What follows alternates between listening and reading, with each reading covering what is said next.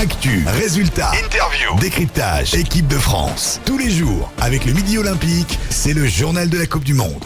Bonjour à tous, ravi de vous retrouver pour ce nouveau Chant du Coq, un Chant du Coq de jour de match, comme on les aime. Et oui, parce que notre 15 de France joue contre l'Uruguay ce soir au stade Pierre-Mauroy à Lille à partir de 21h. Vous ne raterez donc rien des dernières infos de nos Bleus avec notre correspondant sur place. Vous allez aussi découvrir leurs adversaires du soir, l'équipe d'Uruguay, que l'on connaît finalement très peu. On va parler arbitrage avec un avis bien tranché de Léo Faure, le directeur adjoint de la rédaction de Midi Olympique. Les dernières infos Coupe du Monde, bien sûr, avec un tour d'horizon de l'ensemble des équipes. Et puis en fin de Chant du Coq, un invité exceptionnel, le commentateur des Bleus sur TF1, François Trio.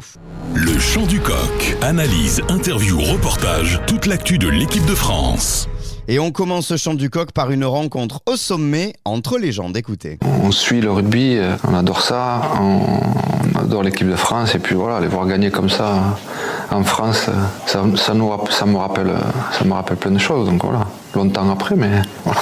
On a perdu les cheveux depuis, on a bougé un peu, mais bon, ça me rappelle plein de choses. Donc je m'imagine ce qu'il est en train de vivre. Donc voilà, c'est ça qui est top. C'était le lendemain de France All Blacks au micro de nos confrères de Brut, le face-à-face entre Antoine Dupont et Zinedine Zidane, les yeux pleins d'étoiles bien sûr pour le capitaine du 15 de France face à celui qui connaît bien sûr la recette pour mener à la victoire dans une Coupe du Monde à domicile. Un moment savoureux pour Dupont qui n'est pas dans le groupe pour affronter l'Uruguay ce soir. Allez, nous, on va y être, en tout cas pas dans le groupe, au plus près, on file dans le nord. Salut Marc. Salut Thomas. Marc, ce soir à Lille, donc 21h, stade Pierre-Mauroy, à guichet fermé pour voir l'équipe de France jouer son deuxième match de ce mondial face à l'équipe de l'Uruguay. Ma première question, elle est toute simple.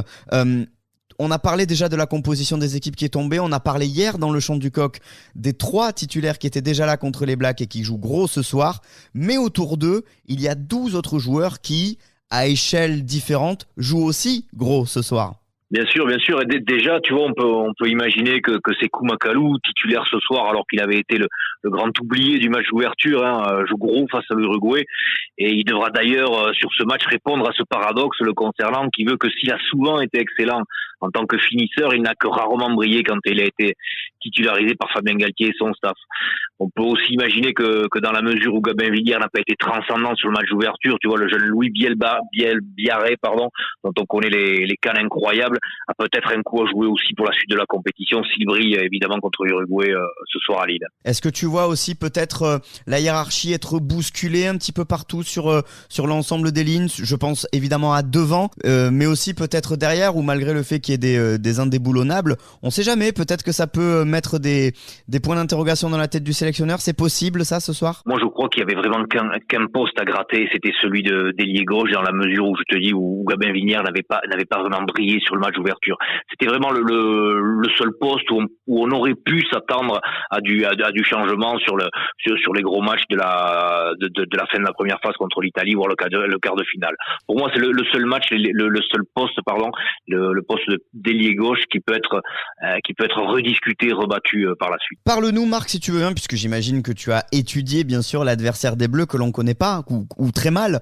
En tout cas, le grand public va découvrir cette équipe d'Uruguay ce soir. Qu'est-ce que tu peux nous en dire? Quelles sont ses forces, quelles sont ses faiblesses et à quel niveau le 15 de France va devoir être impliqué et sérieux pour venir à bout de cette équipe sud-américaine? Ouais, l'Uruguay c'est la grande inconnue de ce deuxième round de Coupe du Monde. Tu vois, de cette équipe, on se souvient seulement qu'elle a battu les Fidji à la Coupe du Monde au Japon il y a 4 ans. Alors si on s'attend à ce que les Uruguayens aient les mêmes vertus dans le combat que les Argentins par exemple, on sait aussi que le 15 de France va surtout affronter une formation d'un niveau équivalent au ventre mou du Pro D2, faut pas se le cacher. Il faut d'ailleurs rappeler que certains internationaux uruguayens sont encore amateurs au pays, quand les quelques pros de l'équipe disputent la modeste Superliga Americana et touchent entre 500 et 1500 euros par mois. Tout ça pour dire qu'il y a un monde entre les deux rugby aujourd'hui. Pour terminer, Marc, on a parlé hier aussi dans le Chant du Coq de cet engouement qui fait que le 15 de France va se déplacer à Lille, à Lyon, à Marseille également, c'est important. Tu ressens aussi le fait que ce 15 de France a besoin de se connecter et que finalement, il n'y a pas la place pour le relâchement, même face à une équipe, tu viens de le dire, supposée largement inférieure. Bien sûr, le 15 de France a besoin de points, le 15 de France a besoin d'engranger des bonus pour caracoler en tête de cette poule A, quoi. Il faut surtout marquer 5 points ce soir, et il faudra marquer 5 points contre la Namibie pour être certain de terminer cette poule en tant que premier, quoi. Merci Marc Duzan, envoyé spécial Midi Olympique au plus près des Bleus. Et pour ce France-Uruguay, vous pouvez jouer avec nous et tenter de remporter l'écharpe officielle du match de ce soir grâce au Store France 2023 World Rugby. Rendez-vous donc sur les réseaux sociaux pour jouer. Allez nous, c'est l'heure de l'édito du jour. Le journal de la Coupe du Monde, l'édito du jour. Léo Faure, directeur adjoint de Midi Olympique, avec moi pour cet édito du jour. Léo, tu voulais revenir sur l'arbitrage, mais attention, tu voulais partir d'un fait bien précis qui revient au match Pays de Galles-Fidji qui, déjà entre nous, a été le plus beau du mondial déjà jusque-là. Ouais, un match superbe en termes de spectacle, en termes d'intensité. Et un petit peu dommage parce qu'à la sortie de ce match-là, plutôt que de parler de la joie qu'on a eu à vivre ce moment de rugby, on a surtout parlé d'arbitrage. Ça a été la polémique du début de semaine sur la façon dont étaient arbitrés les Fidjiens, qui ont donc perdu ce match. Une polémique qui commence à s'éteindre et qui a été relancée sur notre site Rugby-Rama hier par Steve Hansen. Steve Hansen, je ne sais pas s'il y a besoin de le présenter, 2 fois champion du monde, sélectionneur des Blacks de 2011 à 2019, et qui dit tout simplement « Les Fidjiens se sont fait voler ». Alors pourquoi revenir là-dessus 2 jours plus tard et pour revenir sur les faits, est-ce qu'on peut remettre en cause ce qu'il dit, le sélectionneur l'ancien sélectionneur de la Nouvelle-Zélande ? Sur le fond, on peut tout débattre. Il y a effectivement des décisions arbitrales qui posent question. Il y a notamment l'équilibre des pénalités et l'équilibre de l'arbitrage proche des lignes, avec ce carton qui sort très vite côté fidjien et qui ne vient jamais côté gallois. Ce qui me dérange plus, c'est qu'à la sortie de ce spectacle-là, un petit peu comme on l'avait vécu le vendredi soir avec le 15 de France, aujourd'hui on parle plus de l'arbitrage que du rugby. On a vécu un vendredi soir fabuleux en termes de spectacle, je sais pas rugbystique, mais en tout cas tout ce qu'il y avait autour, l'ambiance et ces choses-là. On a vécu l'ouverture de Coupe du Monde sur notre sol contre la Nouvelle-Zélande où le 15 de France a gagné. Et le lendemain, plus d'une personne sur 2 me parlait de la passe en avant de Rieko Ioane pour Marc Téléa. Et ça me pose un sérieux problème. Donc ce que tu dirais, c'est que quel que soit le thème de débat, l'arbitrage et les arbitres sont un petit peu des proies et des victimes faciles, c'est ça que tu es en train de nous dire ? Je trouve surtout qu'ils prennent trop de place aujourd'hui dans le commentaire et dans le regard qu'on a sur les matchs. On oublie un peu vite que le rugby, c'est d'abord un divertissement. C'est un métier pour certains qui le pratiquent, mais pour la plupart des gens, c'est un divertissement. Et que passer beaucoup de temps sur l'arbitrage, ça devient un sport national. On oublie la part divertissement. Il faut se souvenir 2 choses. La première, c'est Wayne Barnes qui le dit dans nos colonnes. Wayne Barnes, pareil, arbitre le plus capé à l'international de l'histoire du rugby, qui dit à un moment, il faut quand même se souvenir que nous sommes des êtres humains. On pardonne à un joueur de rater un coup de pied, on pardonne à un joueur de rater une passe, on pardonne à un entraîneur de faire un mauvais choix de coaching, on ne pardonne pas à un arbitre de rater un coup de sifflet. Et bien ça, c'est bien de le rappeler. Oui, ce sont des êtres humains. Ils peuvent se tromper, il ne faut pas toujours y voir de la malhonnêteté derrière. Après 3 jours sans match, on commence une série de 4 jours de fête. Petit rappel de l'actu de ce mondial, c'est parti. Un bain de foule, celui des Pumas argentins, battus par l'Angleterre en ouverture. Ils ont pu profiter hier après-midi d'un entraînement en public devant plus de 2000 personnes à la boule pour se régénérer et se remettre à l'endroit. Prochain match pour les coéquipiers de Juan Cruz Malia et Santiago Chocobares le 23 septembre prochain face aux Samoa. Bourgoin-Jallieu, aux couleurs de l'Italie, la Squadra Azzurra s'est installée dans cette ville amoureuse du rugby et invite les fans à des entraînements ouverts en attendant le France-Italie du 6 octobre prochain. Forza Bourgoin-Jallieu!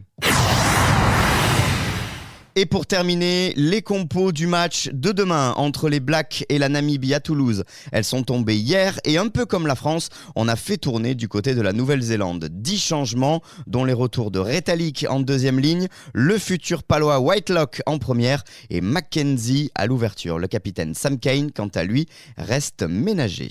Le Chant du Coq, tous les matins en podcast. Toute l'actu de la Coupe du Monde de rugby. C'est la voix du 15 de France sur TF1 pour cette Coupe du Monde. Invité exceptionnel du Chant du Coq, François Trio sera au micro ce soir à Lille pour le match face à l'Uruguay. L'occasion pour lui de se confier sur son rôle et aussi sur la cote d'amour exceptionnelle dont jouit l'équipe de France. Écoutez. Ce qu'on aime, je pense, c'est son cœur, son humilité, sa générosité dans son jeu, dans son engagement.